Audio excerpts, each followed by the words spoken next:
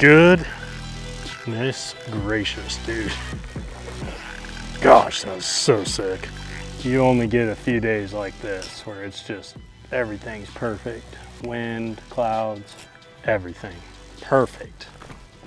All right, everyone. Hey, welcome back to the YouTube video. We're out here on my home lake, Lake Guntersville. It is in November and it is a perfect fall day. We have clouds in the sky, a little bit of wind, and just perfect conditions. These fish are starting to move out of the grass and get on bait, and it's just a nice warm November day. If I had to guess, they should be eating a topwater day. That's today, a topwater today. That's probably the first bait I'm gonna try. And hopefully we don't have to put it down. Days like today are what you dream of out here for catching a lot of fish in the fall. So we're gonna get after it. We're actually gonna start right here. Let's go ahead and get this trolling motor in the water. See if we can catch a few for you guys.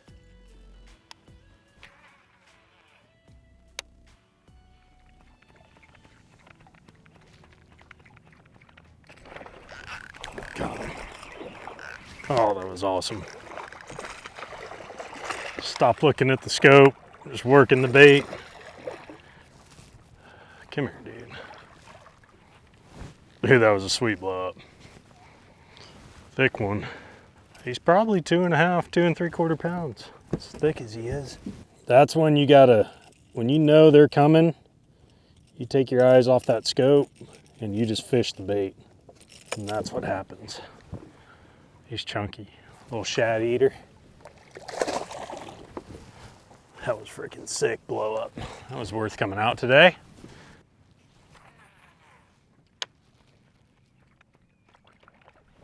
Got him.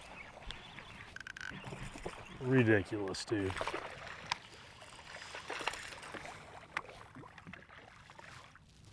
A little November topwater action for you. Trying to get him there. Fix his little gill there. Yeah, we fixed him. He's good.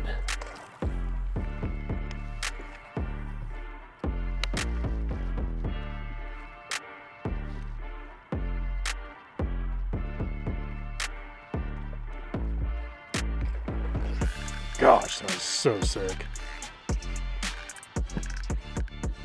Good fish too.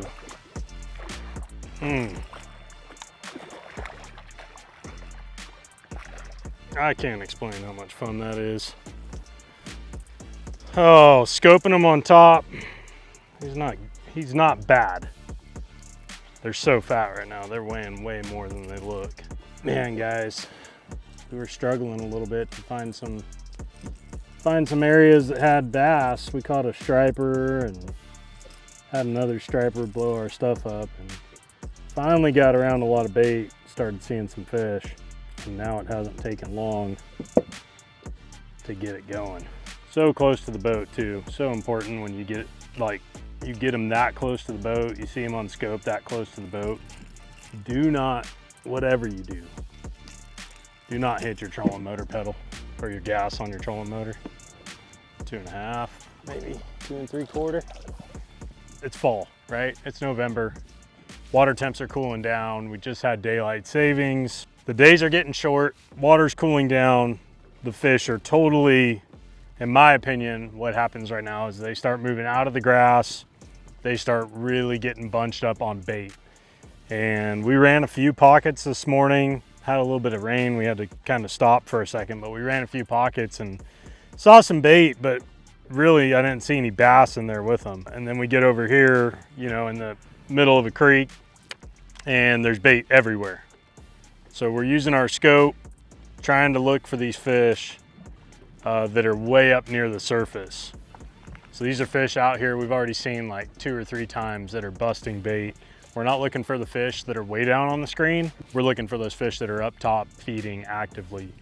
And you probably could throw a minnow on them, you know, a jig head minnow, and maybe catch some. But I mean, it's November, guys. How much longer do you have to throw a topwater? Not that much longer. I would much rather catch them on that. And to be honest, I think they commit to that. When you get them all the way up on the surface, I think they commit to it better than a minnow if the conditions are right. You see, we got clouds. calm enough water, just a little breeze on the water, but they really do commit to the topwater bait really well. So this is 100% fall pattern, pretty much I would say on the whole Tennessee River. You know, these fish just are so, I can't stress enough how bait oriented these fish are. There's a big ball of bait right there. Looks like it might be a fish actually on the top. We'll try and make a cast so you guys can see if one comes up there. You got to throw it a lot, right? You throw it a lot of things. It actually might be a brush pile with a ball of bait by it. Who's out here planting brush piles? It's like Guntersville, man. You don't need no brush piles out here. There was some bait by it. They swam off. Probably some crappie. So I like using the scope to find the fish. You know, scanning these areas, running around. I'm also using my eyes to see if they blow up on top, and then I put the trolling motor on high and go over in that direction, kind of try and follow those fish around. There's one right there, 50 feet.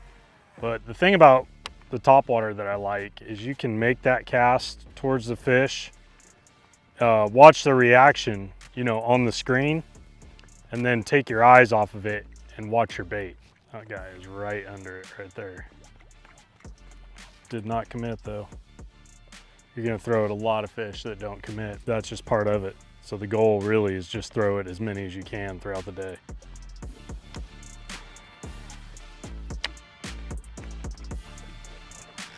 Got him. Hey. Come here, dude. Let's see how big he is first. Not bad. He barely swirled on it. A 3-pounder. That was awesome.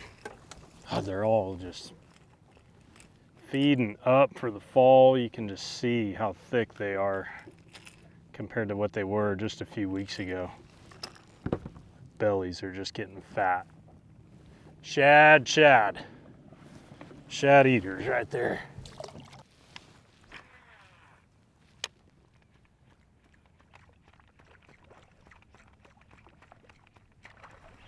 Gosh, missed him. Pulled it away from him. Got me tangled up, and the boat was drifting over him. That's just a missed opportunity right there.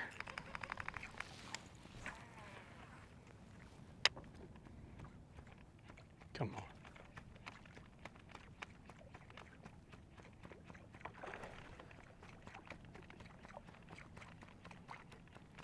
on. Oh, dude.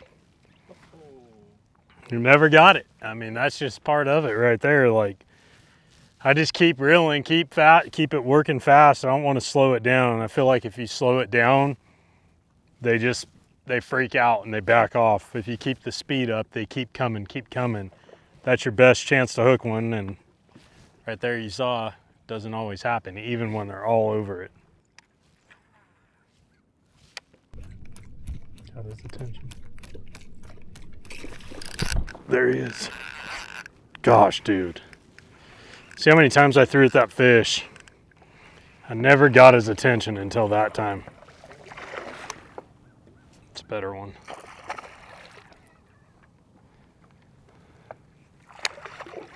Come here, buddy.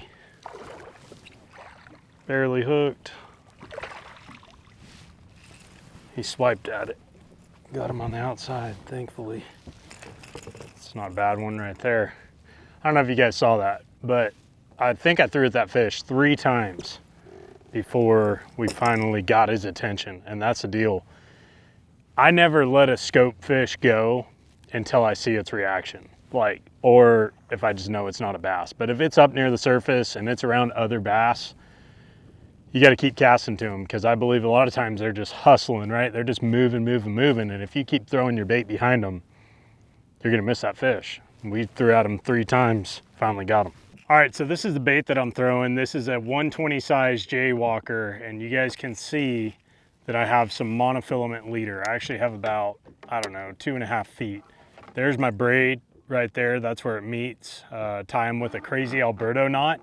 Works really well on braid to mono. So all you need is like 2 or 3 feet. The good thing about that is it keeps your bait from tangling up. You could go straight braid. I don't really think it makes a difference in bites, but it makes a difference in your bait fouling up. And then I throw my topwaters on a fast, that's 30-pound braid, 17-pound mono. I throw my topwaters on a fast reel. This is an 8-to-1 Xenon, or 8-3-to-1 Xenon X. And then this is just the new Veritas rod by Abu Garcia. It's a 7-foot medium action.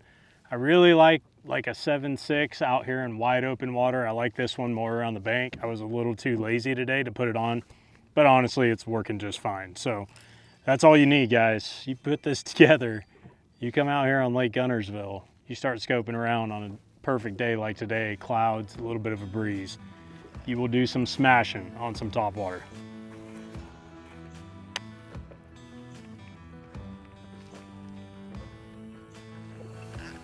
Got him. How big are you? Little guy. Hate when they look like a giant on scope and they're little tiny. Saw several more out there, so I'm trying to get them off quick. Back out there. They just roam like in these packs, man. It's hard to explain, but you're not really looking for, you want to be around the bait, like we're all around bait, but you're not looking for the bait as much as you're looking for the fish. And it seems like the ones that actually bite are the ones that aren't in like right smack dab in the middle of some bait. It's like these isolated ones are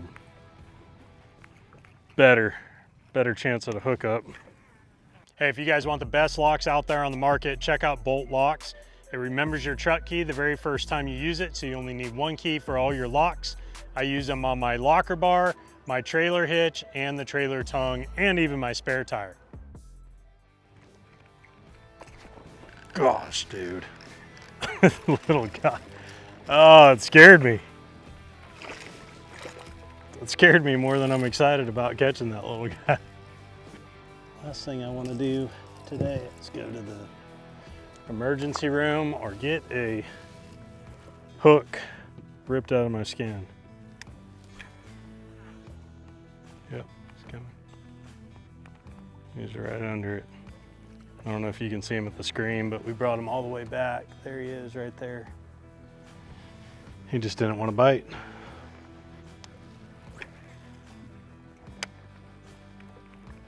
Coming.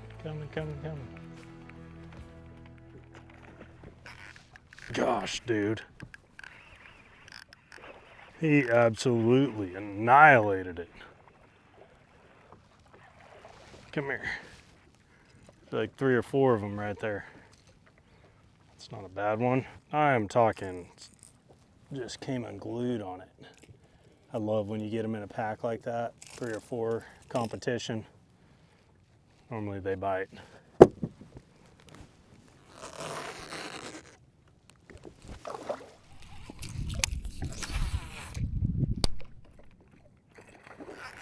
Goodness gracious, dude.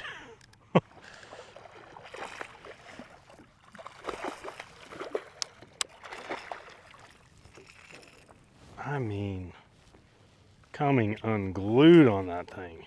That's some of the hardest topwater bites I've ever had. I'm gonna give these Chattoog spots a run for their money.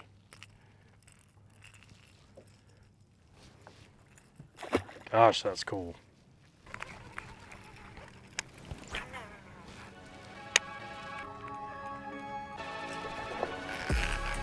Gosh, that's a better one. Plus I foul hooked him. Might have foul hooked him.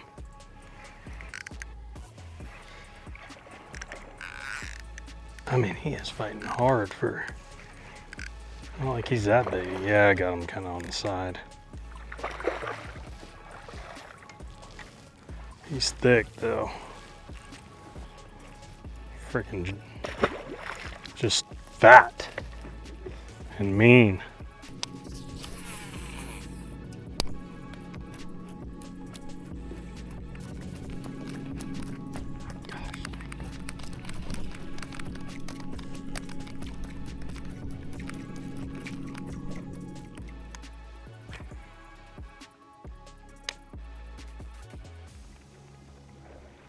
Gosh, dude.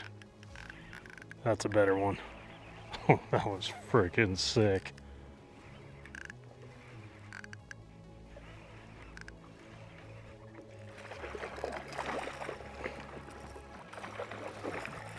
Oh, that was so sick. I say better, but they're all the same. They're like 2.5 to 3.5 pounds. I don't want to stop. I don't want to go home. Oh my gosh, that is... You only get a few days like this where it's just everything's perfect. Wind, clouds, everything perfect. We're up near the surface, eating on the bait. My wife's gonna be so pissed at me. I'm not going home.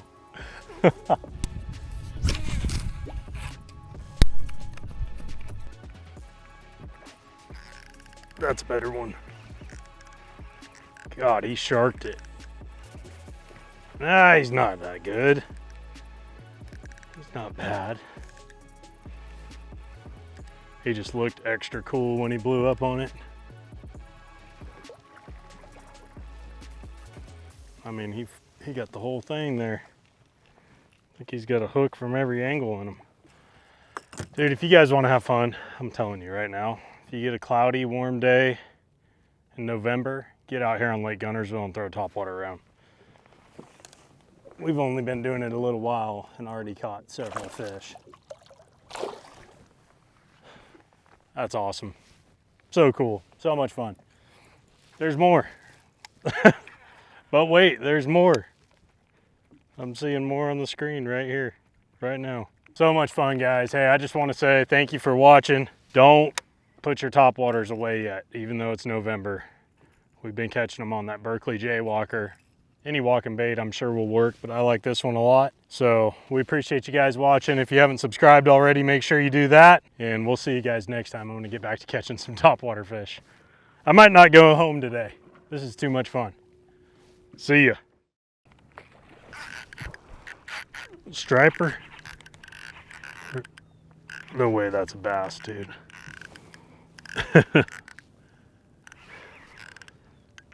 Freaking awesome though.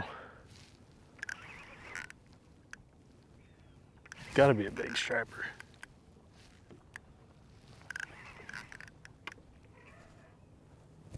Mammoth bass if it is one.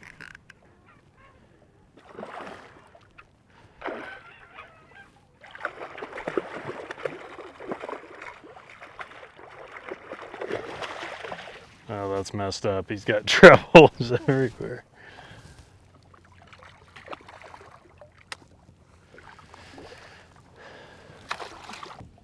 Dude, that's not a bad striper, man. That's a full-blown striper, I think, right there. On top. It's off season. Give me some more of that.